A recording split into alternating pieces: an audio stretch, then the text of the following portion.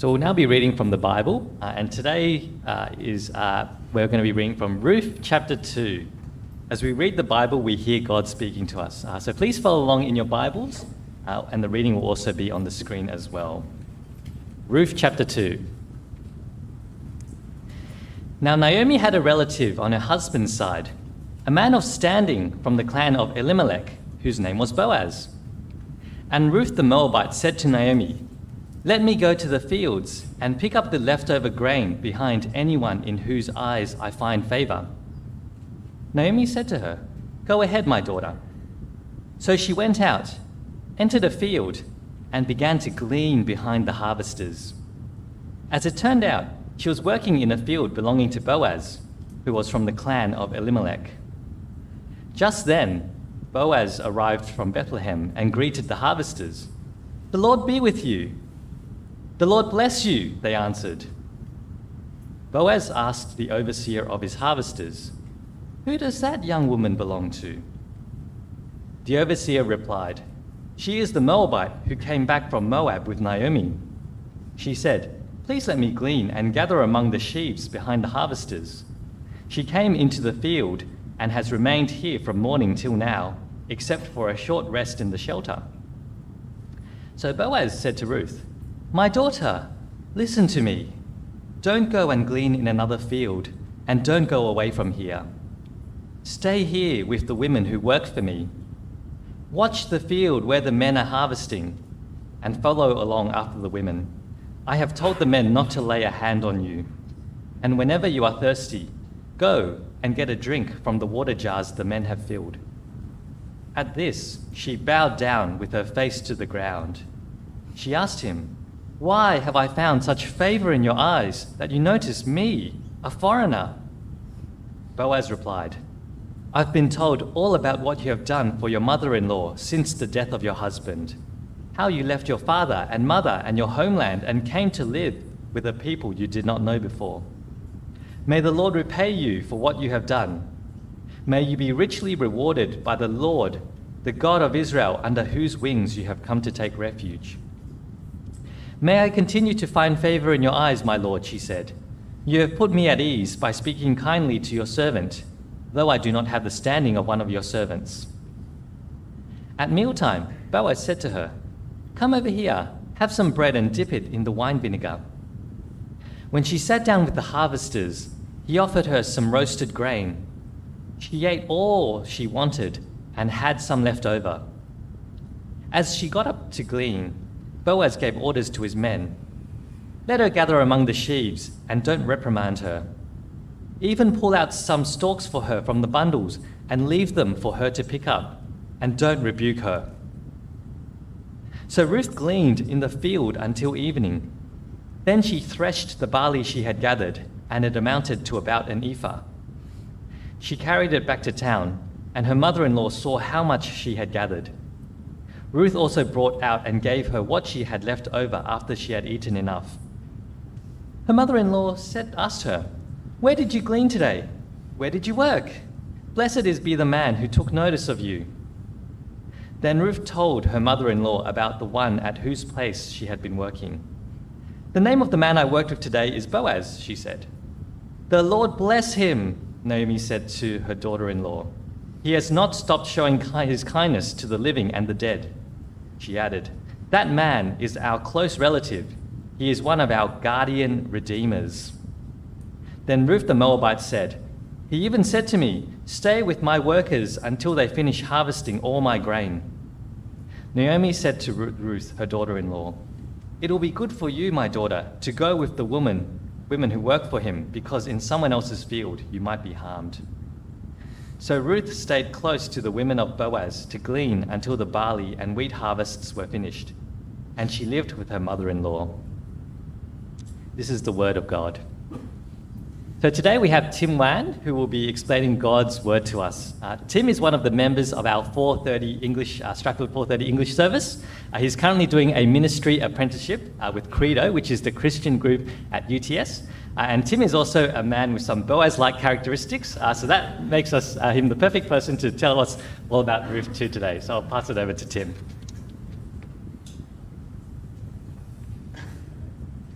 Thanks, John. All right. Well, good morning. As you know, my name is Tim. I go to the 4:30 service, and it is a pleasure to be with you guys this morning. And have you ever seen those videos where people do like random acts of kindness on the street?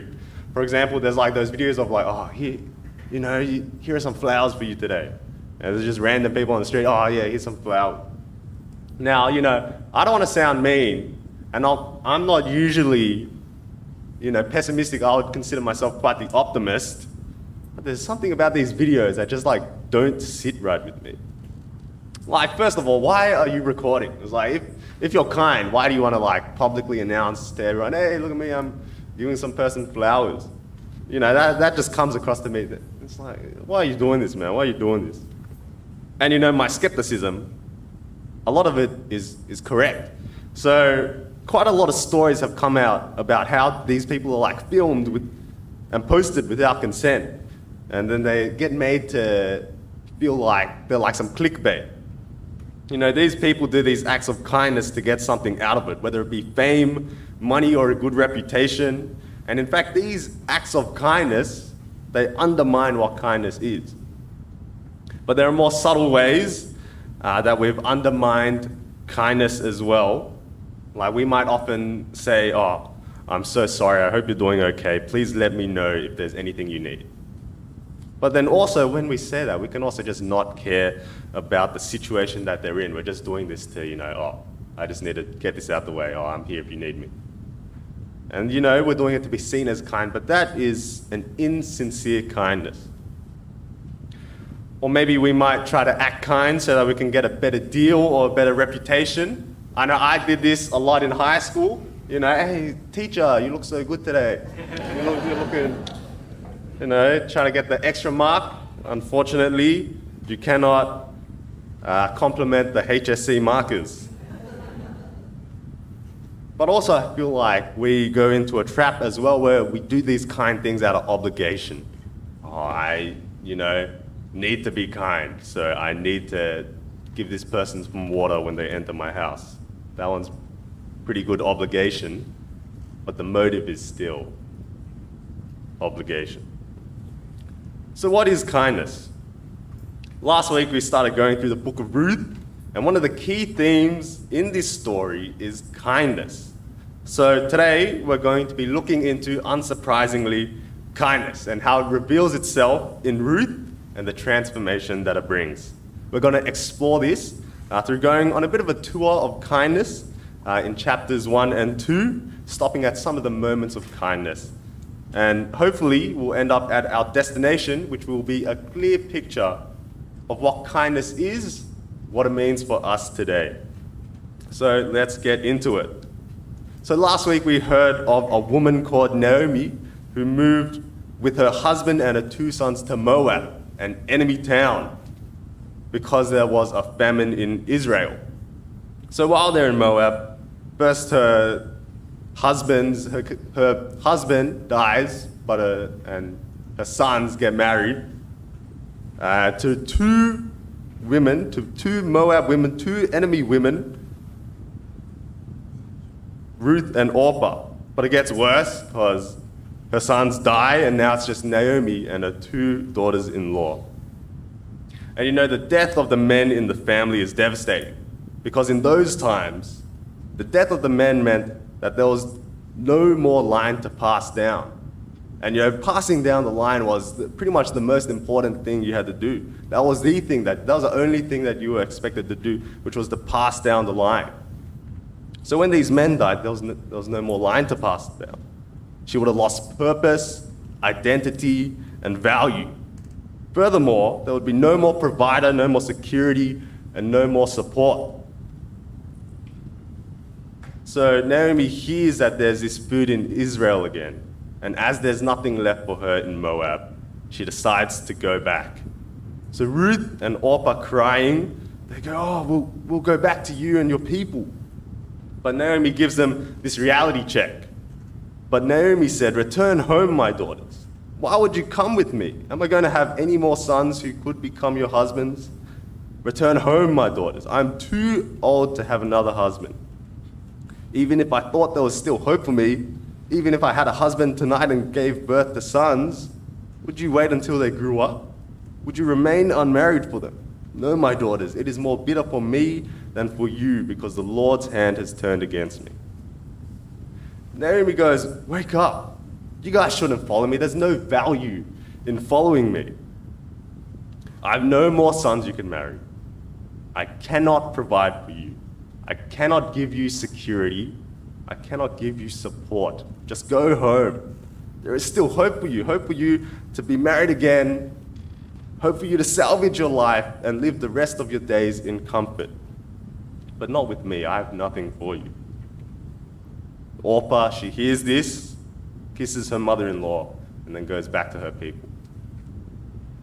Despite this heartbreaking event, we are about to approach our first stop on our kindness tour. And on this first stop of our journey, we'll see that kindness is unconditional. Kindness is unconditional. So we see this through Ruth's decision to stick with Naomi. So while Orpah kissed her mother-in-law and said goodbye, Ruth, despite knowing that Naomi had nothing to offer, clung to her. She clung to her. Naomi feels this and she pleads with Ruth, look, your sister-in-law is going back to her people and her gods. Go back with her. That's when Ruth drops some of the most beautiful lines I've ever heard in the whole Bible. Don't urge me to leave you or turn back from you. Where you go, I will go. And where you stay, I will stay. Your people will be my people, and your God my God. Where you die, I will die, and there I will be buried. May the Lord deal with me, be it ever so severely, if even death separates you and me. Wow, that's so powerful. What kindness does this Ruth possess? That she clings to Naomi when there's nothing to offer, when there's absolutely no reason at all. Remember, and in fact, she goes with her. If Ruth goes with her, she'll be much worse off. She'd have to make the trip from Moab to Bethlehem, which for two women would be incredibly dangerous. This is a time of the judges, remember, when Israel was at a time of lawlessness. Well, there was a law, they just weren't following it. They were doing horrible things.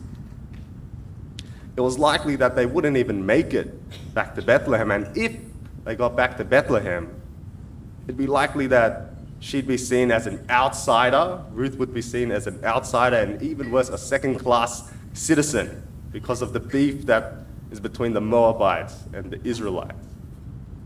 That's why Ruth's kindness here is so astounding. There's nothing to gain. Ruth's kindness is unconditional. She doesn't expect anything but to be with Naomi until death separates them. Kindness is unconditional.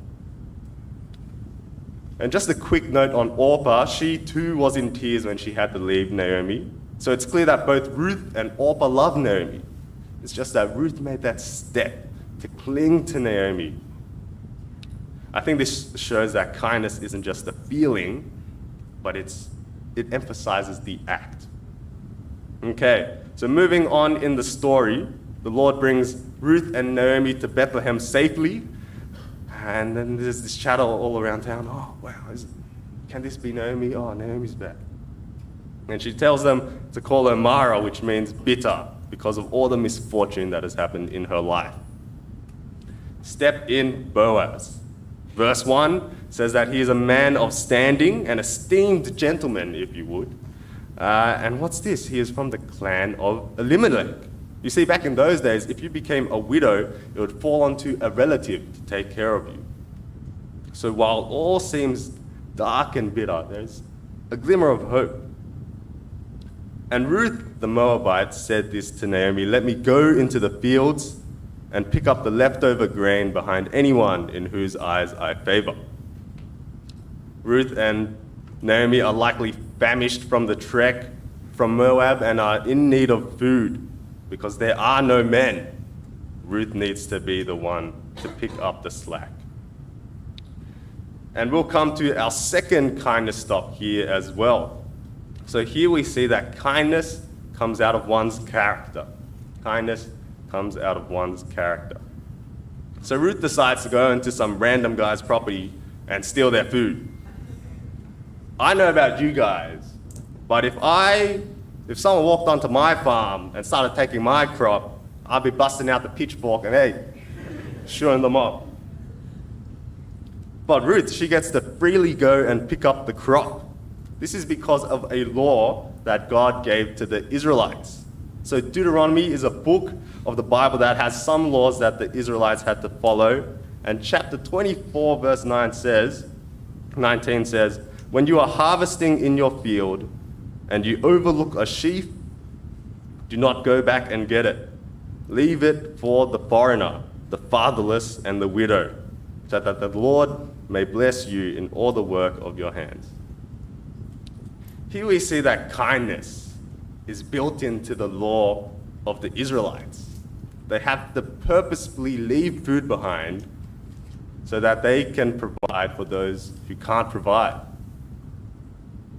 If they are not caring for the marginalized, then they are in fact breaking the law. See, you might be wondering right now, how does this show us that kindness comes out of one's character? Think about who gave these laws. It was God.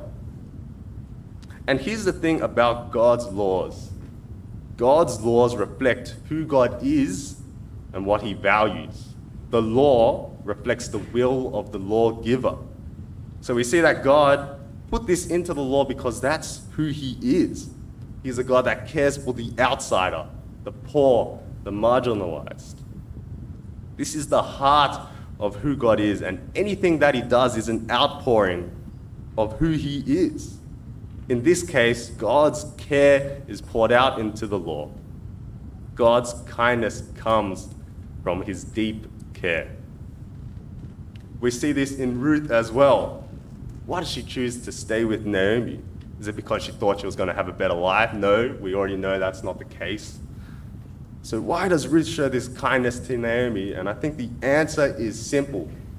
Because that's who she is. Her kindness comes from her care.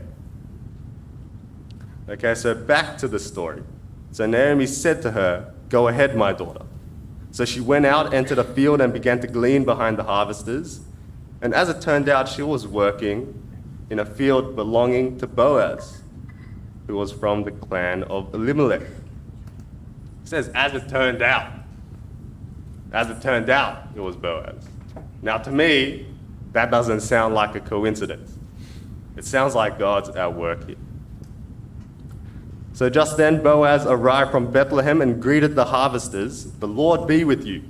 "The Lord bless you," they answered. The first thing we hear from this man is, "The Lord be with you." And such an amicable reply, "The Lord bless you." It sounds like this Boaz guy seems like quite a godly man who has good character. Okay, so the overseer replied, "Oh, she's the Moabite woman who came back from Moab with Naomi. She said, 'Please let me glean and gather among the sheaves behind the harvesters.' She came into the field and has remained here from morning till now, except for a short rest in the shelter."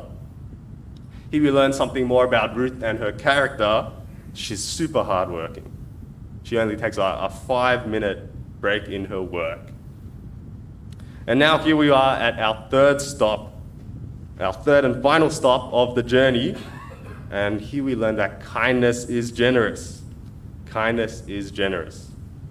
So Boaz said to Ruth, "My daughter, listen to me. Don't go and glean in another field. Don't go away from here. Stay here with the women who work for me. Watch the field where the men are harvesting and follow along after the women. I have told the men not to lay a hand on you. And whenever you are thirsty, go and get a drink from the water jars the men have filled." Remember that law that instructed these people to leave some grain behind for the widows? That's all that was required of them. If they did that, they were doing right by the law. But what does this Boaz guy do? He goes above and beyond, not only letting her pick up the grain, but to stay and to not only glean on her lonesome, but with the rest of the women, where there was security. And on top of that, he gives her safety by assuring her that the men would not lay a hand on her. And on top of that, he tells her whenever she's thirsty, she can get a drink. And a bit further down in verse 15, he even adds on to that again. He gives her bread, and on top of that, he secretly gave orders for his men to let her take even more and even more home. And then she went home with about a month's worth of grain. Boaz's kindness knows no end. He gives and gives when he knows he doesn't have to. But above and beyond so much more. It makes me ask the question, why did this Boaz guy give so much? And Ruth wonders this question as well. Why have I found such favor in your eyes that you notice me, a foreigner? Boaz firstly understands Ruth's situation, which I think is super important to being kind. I've been told all about what you have done for your mother-in-law since the death of your husband, how you left your father and your mother and your homeland and came to live with a people you did not know before. So Boaz has heard all these things about Ruth and what she has done. And how they've been through so much, and Ruth has barely taken a break from gleaning. He understands how difficult things have been, and the result is compassion towards her. And once we know and understand a person better, the more inclined we are to care for them, and also the better we are able to care for them. So then Boaz encourages her with these words, "May the Lord repay you for what you have done. May you be richly rewarded by the Lord, the God of Israel, under whose wings you have come to take refuge." Although he has been showing her kindness, it is a kindness that has first come from God. Boaz knows that it is the Lord who provides. And as Boaz lives for God, Boaz's character becomes more like God's. He too is able to show deep compassion and care as the Lord shows compassion and care. Boaz is only able to be generous because he knows that God was generous to him first.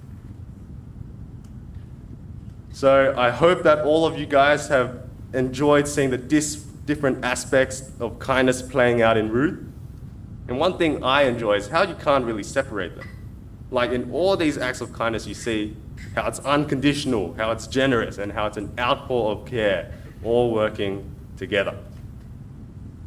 So, how does Ruth respond to this kindness? We see that kindness eases her heart. After Boaz has shown all this kindness to her, she goes, "May I continue to find favor in your eyes, my Lord." She said, "You have put me at ease by speaking kindly to your servant, though I do not have the standing of one of your servants." It's no surprise that she's been put to ease. We think about everything she's been through. This heartache from her husband dying, and then having to leave her sister and say goodbye, having to put herself in danger by trekking to Bethlehem and gleaning on her lonesome in some random field. It's not hard to imagine the emotional and physical turmoil that she's been through. So when this kindness comes, when this Boaz comes showing her kindness through so much, she can finally take a breath and be at ease. Kindness eases her heart. So how does Ruth respond to this kindness? Or how does Naomi respond to this kindness? Kindness restores hope to Naomi. Much like Ruth, Naomi has been through a lot. And she straight up tells us how she feels. "Don't call me Naomi," she told them. "Call me Mara, because the Almighty has made my life very bitter. I went away full, but the Lord has brought me back empty. Why call me Naomi? The Lord has afflicted me. The Almighty has brought misfortune upon me." She is bitter because of everything that's happened to her. Her husband's died, her son's died, her daughter left her, and now she's back in her hometown getting gossiped about with no one but Ruth to provide for her. She went away full, but returned empty. And from her perspective, no chance of becoming full once again. But then Ruth stumbles into Boaz's field, and Boaz gives her all the grain in the world. Ruth goes home and Naomi sees all that barley, and she goes, Where did you glean today? Where did you work? Blessed be the man who took notice of you. Then Ruth told her mother-in-law about the one whose place she had been working. The name of the man I worked with today is Boaz, she said. The Lord bless him. Naomi said to her daughter, he has not stopped showing his kindness to the living and the dead. That man is our close relative. He is one of our guardian redeemers. You know, if we took the names out of the passages, if you were to read chapter 1 and chapter 2, it would sound like two completely different people. One is hopeless, cursing God for the life she has been given, while the other is filled with hope, praising God for the kindness that Boaz has shown. Naomi returned empty, but is now full once again. This is how kindness changes people. In moments of hopelessness, kindness brings hope. Kindness brings hope. So now, looking at the big picture, we can see that Ruth, Boaz, and God's individual acts of kindness don't work in isolation. But there's this thread of kindness that's kind of woven throughout the whole story, and it links all things together. So we see it first when Ruth starts off this chain with her compassionate choice to stay with Naomi. God then sends Ruth to Boaz's field. Then we see Boaz's generous and unconditional care and provision for Ruth that stemmed from God's kindness to Boaz. This to bring about redemption for Ruth and Naomi and to bring about his plan and his mission. We see this thread become a tapestry of kindness that God has woven together. And the picture we end up with is Jesus. Spoiler alert, Boaz ends up marrying Ruth and they have a child. No, that child is not Jesus.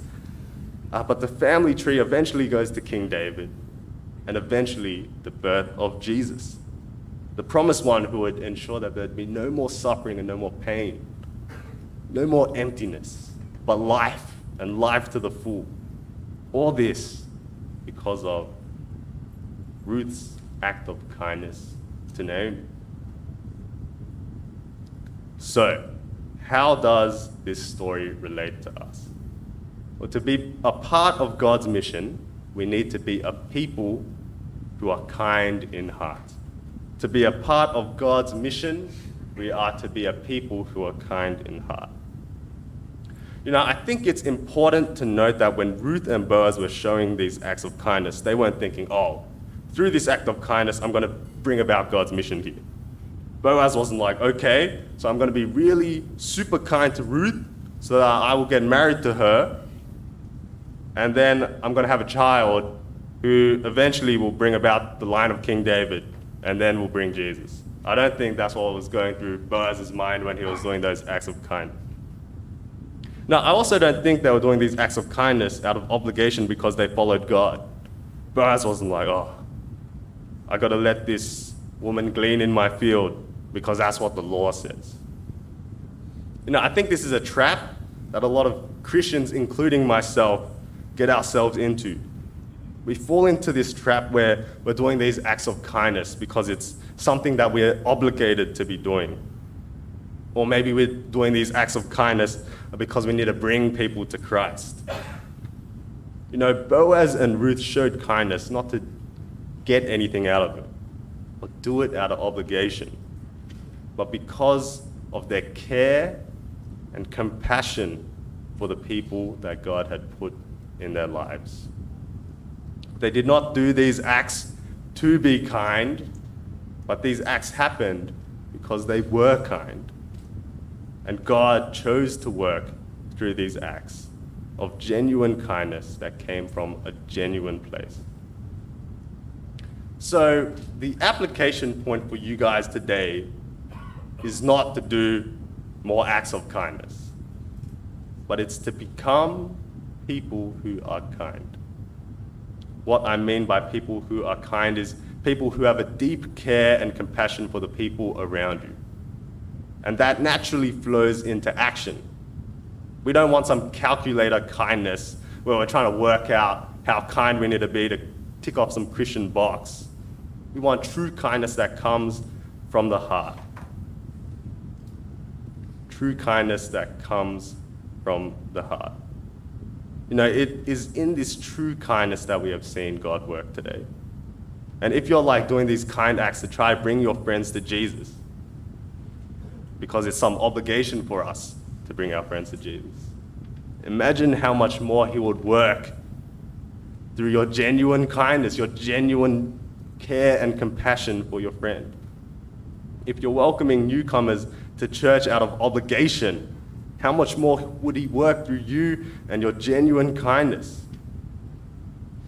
If we as a church are people who are genuinely kind and genuinely compassionate, how much will God use us? So let us not be people who do acts of kindness, but let us become people who are kind. But that's a lot easier said than done. I think there are so many times where I've just had so much trouble being that kind person who loves unconditionally and gives generously. And I'm sure that while we're still in this broken world, our selfishness will always be at war with our kindness. But I have good news.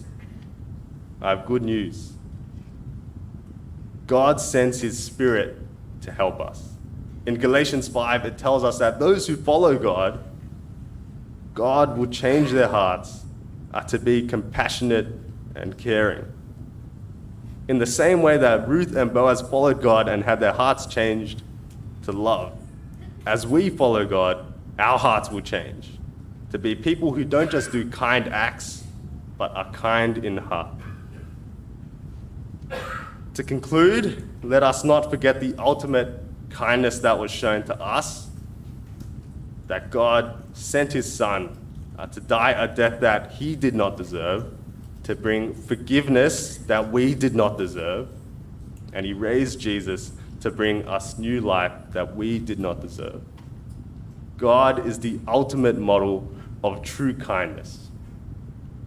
So let us reflect His true kindness. Amen.